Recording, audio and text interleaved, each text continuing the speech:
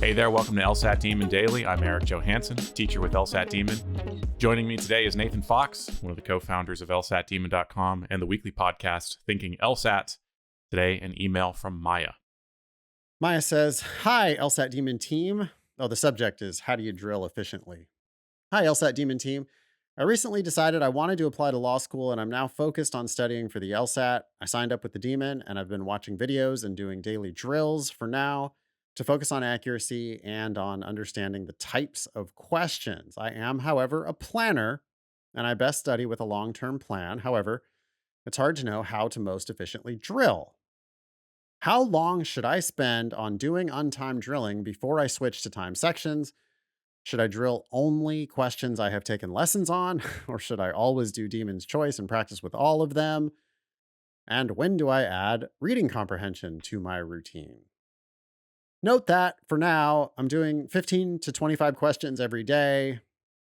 I work and study, but I have decided to dedicate about 2 hours daily to LSAT study untimed. Oh, sorry. She's doing those 15 to 25 questions untimed. And I'm training on all types of questions. I was thinking of doing this until my accuracy improves on most questions. I typically get between 13 to 14 right when I do 15 of them, and around 17 to 20 right when I do 25 of them. And I will then start doing time sections and focus on reading comp. Ideally, I want to start doing time sections in a month from now, but I know that I need to get my accuracy on point before I do it. Okay, I think we can. I think we get the point, Maya. You're a planner. You really want to have a plan.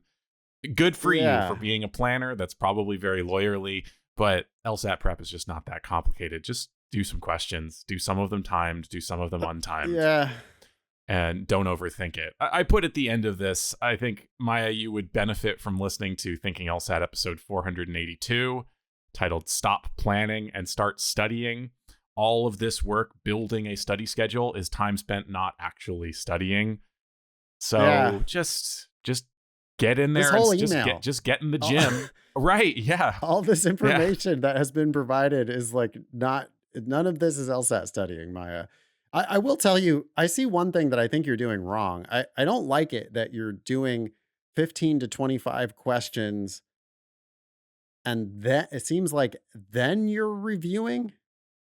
Because it says I typically get 13 to 14 right when I do 15 questions, but I get 17 to 20 right when I do 25 questions, which is okay. So it seems like you're forcing in a bunch of drilling in a certain time window and then doing the reviewing later. I would rather put it on Demon's Choice, hit drill, whatever's there is there, solve the question, get it right, feel good about it. If you got it right and you feel good about it, I don't care if you don't look at the explanations. Just do another question. Just keep going.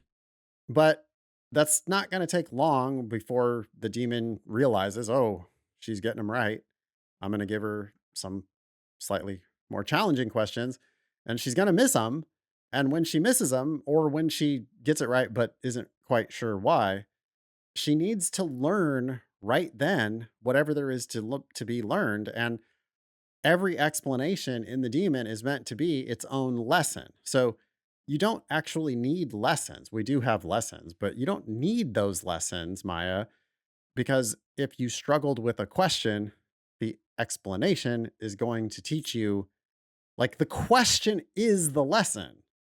Maybe that's the title of the episode, right? I mean, like you missed it. That's the LSAT going, hey, yeah, you don't understand this bit right here. And our explanations are, here's how you understand this bit right here. So if you just leave it on Demon's Choice and never did anything else, you would actually, I think, be ahead of where you are right now. The other critical thing I would say, and a reason to study or to review right away, is you better remember what your thought process was on that question. Yeah. It's like, you're a golfer. You go to the driving range. You're working on, I don't know, your irons. You take a swing. Yeah. And you hook it off into the parking lot, which I'm sure you never do, Nathan. Yeah. But every once in a while, a swing doesn't go as planned. You don't go Uh-huh. home and then start thinking about, well, what did I do wrong on that swing? No, you immediately dig into your muscle memory to think, okay, what did I do wrong on that swing that led me to make that mistake just now? Because you're not going to remember whether you rushed your backswing or whether Yeah. you shifted your weight incorrectly hours from Yeah. now when you're thinking back over your practice range session. So the review has to come quickly because that's when you remember what you did wrong. Yeah. I mean, if you watch like really good players, they're taking practice swings after they hit their shots. Everybody, like hackers take way too long. Number one tip for golfers, play fucking faster, everybody. Yeah. Like just stop.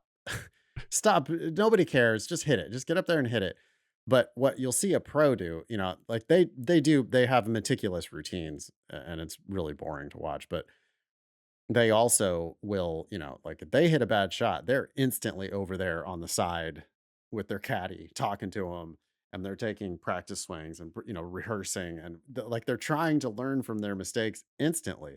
They also go to the driving range immediately after their rounds, like even on the PGA Tour, like you just finished your round and every casual golfer goes in and has a beer. The Mm-hmm. pros go straight to the driving range and like redo every shot that they missed during their entire round. Mm-hmm. Um, Well, you've got the famous line from Tiger, right, where he talked about his, well, my glute wasn't activating. Wasn't there a famous post round yeah. interview where he said, yeah, my glute wasn't activating? And people got a laugh out of it, but that's a big deal. And he noticed that because he was a top athlete and he could pinpoint, well, here's the thing that's going wrong with my swing. So, Maya, Yeah, yeah. is your glute not activating on these questions? What is it what's the mistake that's going on? Figure that out right away. And don't overthink your Yeah, plan. Prioritize your review. yeah. As far as when to start doing timed sections, I think you can do timed sections right off the bat in LSAT prep. I don't think that there's any reason to like be scared of it. It's also not that important, so it just doesn't really matter one way or the other. I know Maya, you want like an exact perfect plan. I would refer you to the 1 hour LSAT blog post that I wrote. It's a lesson now in the Demon. Just Google 1 hour LSAT. I think you'll find it. And it's basically just, well, okay, you're going to do a little bit of drilling, you're going to do a little bit of timed practice, you're going to thoroughly review all your mistakes, and the exact mix, I don't care. The I don't like it that she hasn't done any reading comprehension. I would Right. I would do some reading comprehension right away. She's just like she's trying to compartmentalize too much. And it's like, dude, Maya, the entire test is testing whether you can read carefully, whether you have a command of just basic common sense logic, and how hard you can work because there's a lot of practice questions. If you review, you will make tons of progress learning, and you're sitting there looking at a screen. And it can be boring if you're not cut out to be a lawyer. But if you are cut out to be a lawyer, you'll be like, oh, yeah, I'm sitting in a climate controlled environment. I'm looking at a computer screen. What do I think I want to do with my life? If I'm going to be a lawyer, that's what you're going to be doing. And you'll realize, oh, if I read it carefully, then it makes sense. The arguments that they're making don't make sense. And that's all I really have to do is recognize how bad these arguments are and why they're bad. And I've already predicted the answer to these questions. And then it just turns into this fun, easy game. It's almost like Maya wants to make it not fun and easy I with the think I extra think it comes planning. I mean it comes from a good place, I think. It's you want to have Yeah. control. You want to feel like you're Yeah. controlling your inputs and you have a plan of attack, which is perfectly reasonable in many pursuits and in many in many places where you want to improve yourself at a particular skill. It helps to have some sort of plan. That said, you can always benefit from just doing the damn thing. If you have 2 hours a day to prep, you should definitely be making forward progress. Yeah. The bulk of your prep needs to be real LSAT questions, as opposed to like lessons or theory or whatever. Just do questions. So LSAT questions followed by immediate, thorough review of your mistakes. If you're doing that, I know you're going to be making progress.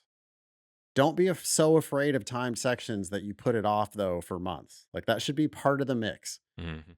Everybody should be doing, roughly 50-50. One question at a time, followed by immediate review, then a full section, followed by review. Maybe you do one day of one and one day of the other and go back and forth. That's fine. Or maybe you do your first hour of one and your second hour of the other. That's also fine. There's a lot of ways that you could meet the basic requirements here, but it's just a mix of drilling and time sections, always with contemporaneous review. Email daily at lsatdemon.com if you'd like to ask us a question or share some LSAT or law school admissions news. Thanks for listening.